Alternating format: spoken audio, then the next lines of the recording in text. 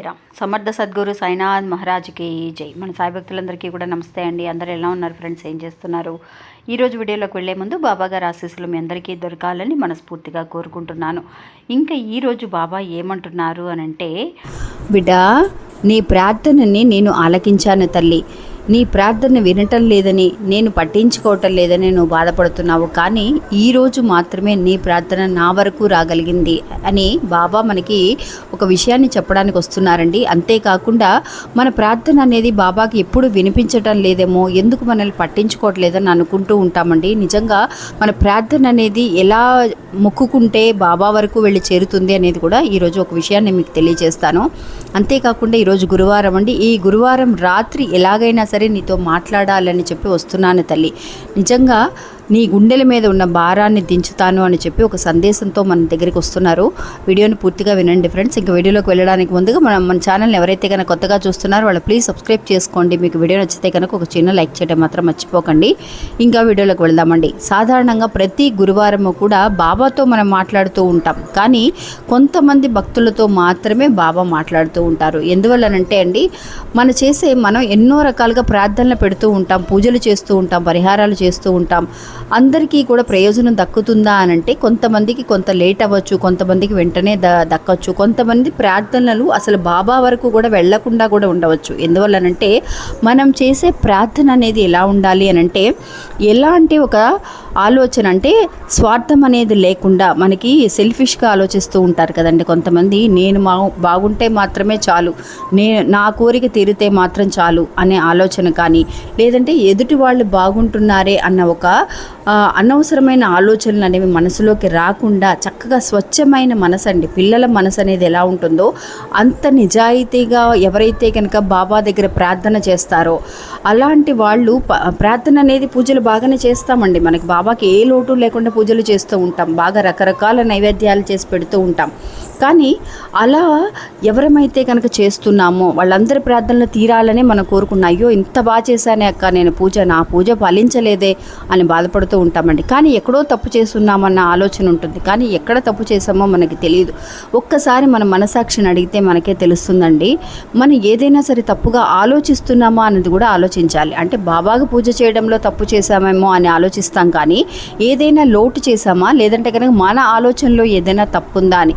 కొంతమంది అండి, పూజ చేశాను, నేను ఇలా మొక్కుకున్నాను బాబా, నాకు ఈ కోరిక తీరిస్తే మీకు ఇలాంటి ఒక మొక్కుబడి చెల్లిస్తాను అని కానీ, మీ గుడికి వస్తానని కానీ, కొంతమంది ఏదో ఒక బిజినెస్ లాగా మాట్లాడుకుంటూ ఉంటారండి. అలా కాకుండా బాబా నువ్వు ఉన్నావు బాబా, నా కష్టాలు తీర్చడానికి నేను నిన్నే నమ్ముకున్నాను అని చెప్పి బాబా మీద భారాన్ని వేయమని ఆయన సచరిత్రలో చెప్పారండి. నా భుజాల మీద వెయ్యండి మీ భారాన్ని, నేను మోస్తాను, మీకు ఎలాంటి కష్టమో లేకుండా అని చెబుతూనే ఉన్నారు. కానీ ఆ సమయం అనేది తీసుకుంటారండి బాబా. మనలో మార్పులు తీసుకురావడం కోసం, మన మనసు అనేది మార్చడం కోసం సమయం పడుతుంది. మనం వెంటనే మంచి పనులు చెప్తుంటే వెంటనే వినలేం కదండి, వినం కదా. మన చెడు మాటలు అనేవి తొందరగా వింటారు ఎవరైనా సరే. నిజాయితీగా మాట్లాడే వాళ్ళ మాటలు ఎవ్వరు వినరు. అలాగే నిజం అనేది బయటికి రావాలి అని అన్నా, ఒక మంచి కోరిక అనేది నెగ్గాలి అని అన్నా కూడా కొంత సమయం అనేది పడుతుంది. అలాగే అందుకోసమే ఈరోజు బాబా మనతో మాట్లాడడానికి వస్తున్నారండి. అదే చెప్పబోతున్నారనమాట బాబా. తల్లి, నువ్వు ఎన్నోసార్లు కోరుకుంటూ ఉన్నావు నీ ప్రార్థన నేను వినలేదని. ఎప్పుడైతే అండి ఒక భక్తురాలికి బాబా కలలో కనిపించి చెప్పిన విషయం అండి, ఆ ప్రార్థన అనేది నేను విన్నాను తల్లి, ఇన్ని రోజులకి నీ మనసు అనేది మారింది.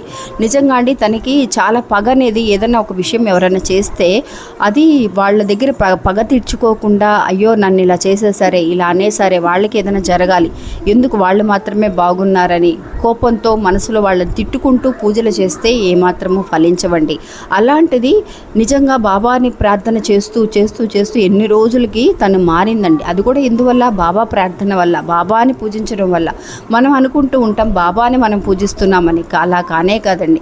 మన కర్మఫలాలు తగ్గించడం కోసం బాబానే మనల్ని ఎంచుకుంటారనమాట. ఎవరికైతే కష్టాలు తీర్చాలని ఆయన డిసైడ్ చేసుకుంటారో వాళ్ళకి మాత్రమే ఇలాంటి ప్రాబ్లమ్స్ అనేవి వస్తూ ఉంటాయి. వాళ్ళని మార్చడం కోసమే ఇంత టైం అనేది పడుతుంది. బాబా టైం తీసుకోవటం లేదండి, మనం మారటం అందుకే టైం అనేది ఇంత టైం పడుతుంది. అందువల్ల వెంటనే మనం అమ్మ నువ్వు మంచిగా ఉండు, నిజాయితీగా ఉండు, ఇలా చేయకు అలా చేయకు అంటే వెంటనే వినంగండి. మనం ఎప్పుడు కూడా ఆర్గ్యూ చేస్తూ ఉంటాం. నేను చేసే తప్పేముంది, నా తప్పేమి లేదు అని అంటూ ఉంటాం కదా. అలా కాకుండా బాబా చక్కగా చెప్పడానికి, అమ్మా నీ పూజల్లో ఏం తేడా లేదు, నువ్వు చేసేవన్నీ బాగా చేస్తున్నావు, ఇంతకీ కూడా నువ్వు ఇలా నాకు ఇన్ని నైవేద్యాలు చేస్తూ ఇంత అభిషేకాన్ని ఖర్చు పెట్టి చేయమని నేను ఎప్పుడూ అనలేదు. నిజంగా ప్రేమతో బాబా సాయి అని పిలిస్తే నేను పలుకుతాను, కానీ నీ ఆలోచన మాత్రం కొంచెం మార్చుకున్నావు చూసావా, అందువల్లే నువ్వు నాకు నచ్చి ఈ ప్రార్థన నాకు వినపడి నేను నీతో మాట్లాడడానికి వచ్చాను అని చెప్పి బాబా భక్తురాలి కళలో చెప్పిన ఈ విషయం అనేది మనందరము తెలుసుకోవాల్సిన ఒక విషయం అండి. ఇది అవునా కాదా అనేది కూడా నాకు కమెంట్స్లో తెలియచేయండి. ఇంకా ఇది అండి ఈరోజు మన వీడియో. ఈ వీడియో కూడా మీ అందరికీ ఎంతో ఒక నమ్మకాన్ని ధైర్యాన్ని ఇస్తుందని అనుకుంటున్నాను. నచ్చితే కనుక ఒక చిన్న లైక్ చేసి మీ ఫ్రెండ్స్ అందరికీ కూడా షేర్ చేయండి. వాళ్ళు కూడా బాబా చెప్పే ఈ మంచి మాటలని, ఎక్కడ తప్పు జరుగుతుంది, ఆయన ప్రార్థన వినడానికి ఎందుకు సమయం అనేది పడుతుంది అనేది కూడా చాలామందికి తెలియక సతమతం అవుతూ ఉంటారు. వాళ్ళందరికీ కూడా వెళ్ళి చేరాలి అనేది బాబాగారి ఆలోచన కాబట్టి ఆయన కోరిక మేరకు మనందరము కూడా ఇది ఫాలో అవుదాం. నమస్తే అండి. సాయిరామ్.